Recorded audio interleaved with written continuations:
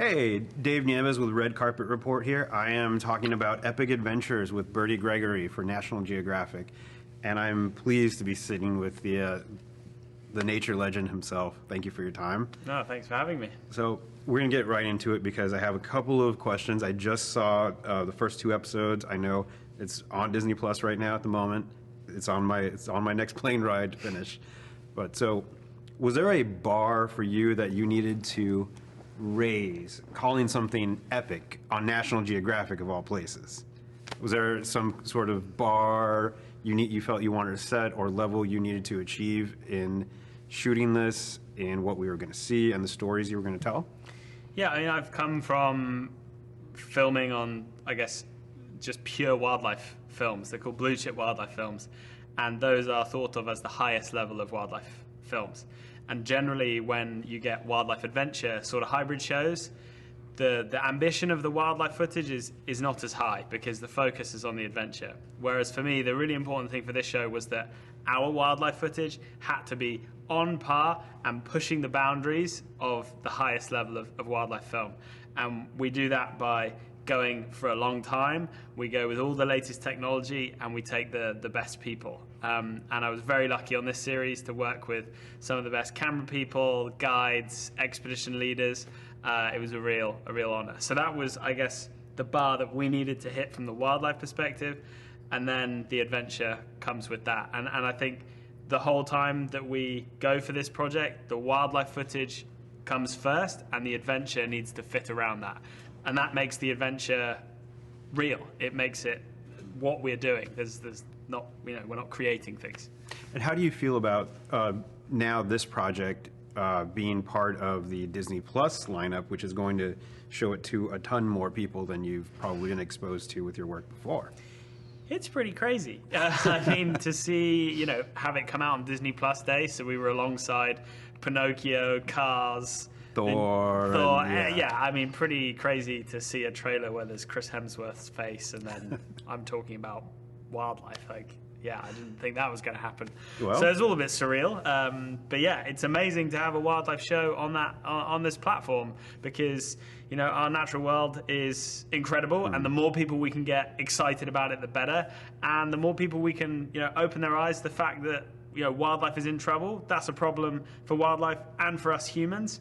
And there are loads of things, we can all do to make sure that wildlife thrives. And if wildlife's thriving, not only does it, is that great because it looks awesome to look at? Yes. And it makes you feel warm and fuzzy inside, but it's also great news for people as well because we need nature for everything we do. Yes, and I feel your work is so important in that regard. And something about you specifically that I have seen versus other nature documentaries or programming, and even what's been on National Geographic before, is you have such a cinematic flair and demonstration of knowledge in these techniques. Can you tell me a little bit about cinematography-wise, who have you been influenced by so that you learned all this stuff? Yeah, I mean, I've been lucky enough to work with some of the best wildlife camera people in the world, and when you're around those people, you just got to be like a sponge. I treat every shoot I go on every day as a school day because there's always something to learn. And so, yeah, I've been really fortunate in that regard. And then pairing that with, I'm a big believer in, the format of this series is we go where the animals go. And so if there's a piece of technology that we need to best tell that story, we just learn how to use that piece of technology. And we've done that a bunch over the series, like with the dolphin episode, these animals' lives happen on the move, and underwater, even if you're Michael Phelps, you're still not as able to swim as fast as a dolphin. And so we used an underwater sea scooter, mounted a camera on it, and that meant I could track alongside with the dolphins underwater. And those experiences were just incredible because we found that, I was alongside pilot whales, which are in fact a big dolphin. I was alongside them, and normally you're swimming so hard to keep up with these animals and you're still not able to keep up. You're blowing loads of bubbles from the scuba gear and your heart rate's going like the clappers. The animals are aware of that, and that puts them on edge. Whereas the moment I was on the scooter is relatively quiet. I was not working hard because I'm just getting dragged around, having a great time. Your heart rate's much lower, you're breathing much slower, and the animals were just so much more relaxed. And that's how you film natural behavior.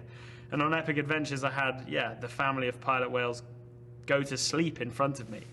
And if an animal is going to sleep in front of you, that's when you know it's chill.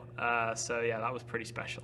And, you know, I've seen the first 2 episodes, and these shots are so gorgeous. And it makes you, and for you personally, I know you've been around so much wildlife throughout your career that you are accustomed to what people have to do around them.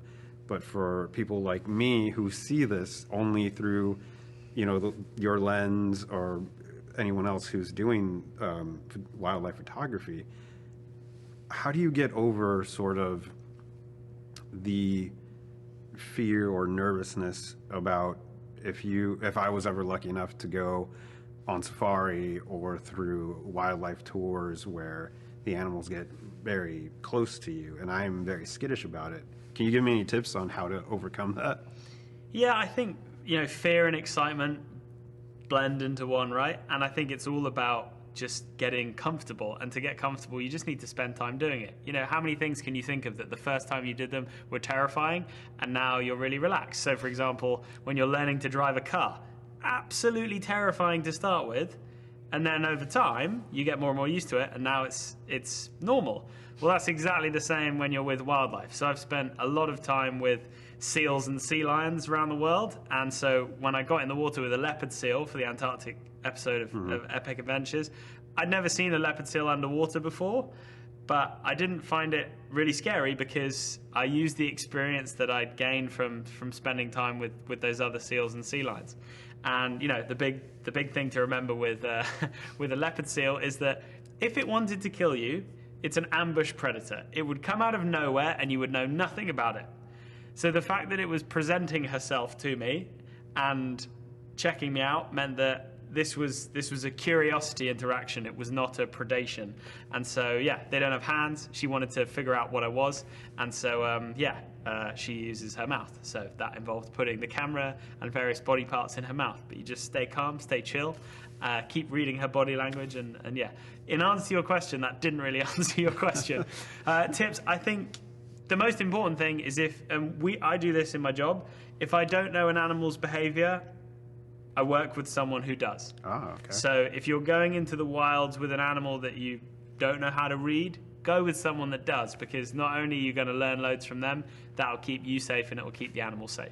And I noticed in the leopard sea lion episode, you had a moment where it did seem as it was, well, you basically hit the moment where you said, okay, it's time to get out of the water. Tell me about, has there been any other close encounters like that where you felt so nervous about being in that situation that it was time for you to get out of it? Yeah, I mean, it's all about reading the animal's behavior in the same way that if you were in a bar and you saw a human and you started chatting with them and they were really friendly to start with, they're smiling, you know that it's cool. And then let's say they get more and more angry, and you know when you get that feeling, you're like, I need to leave. It's exactly the same reading animal behavior as it is human behavior. And so, it's all about just reading that scenario. Another time that I was on edge was on the dolphin episode. Got in the water and there was a big ball of mackerel. It's a prey fish that was being just hammered by loads of big yellowfin tuna, loads of dolphins. And the mackerel in there, they were freaking out, obviously, because they're all getting eaten. They saw me and thought, well, maybe they can use me as like a human shield if they school around me. So suddenly everything went black and this car-sized ball of fish was all around me. They were trying to get in my swim shorts.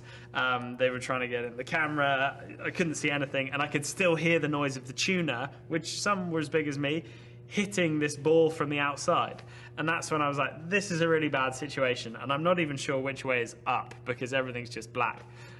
So I just swam really hard in one direction, managed to get out of the ball, looked around and went, right, I need to get out. I mean, that's such a tense moment you describe. I'm tense just hearing about it.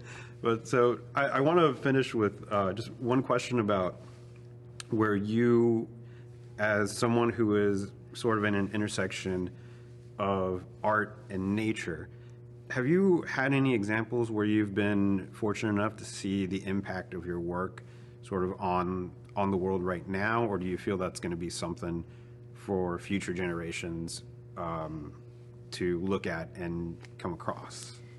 I mean, I think there's two parts to the impact that we hope to have. One is that we're hoping to just contribute towards a general love of nature, which I think is really important to keep maintaining. You know, how many of the world's conservationists are conservationists because they grew up watching nature documentaries?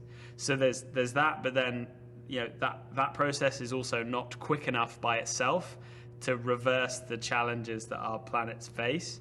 And so I hope that through the series, you know, we've been shining a spotlight on some people doing some amazing work in the short term to solve some of these challenges. So I think that's really important. And yeah, where we can, we're providing organizations with materials to fight problems. So as an example, the eagle episode, we were filming the eagles hunting this incredible bat migration. So there's 10 million straw-colored fruit bats that live in this little patch of forest. It's like the size of two football pitches. It's tiny, 2 football fields. And every night, they go out and hunt, forage for fruit in the surrounding forest. And the actual bat forest is protected, but the area around the forest that they roost in is not protected. And that area is getting illegally deforested right now.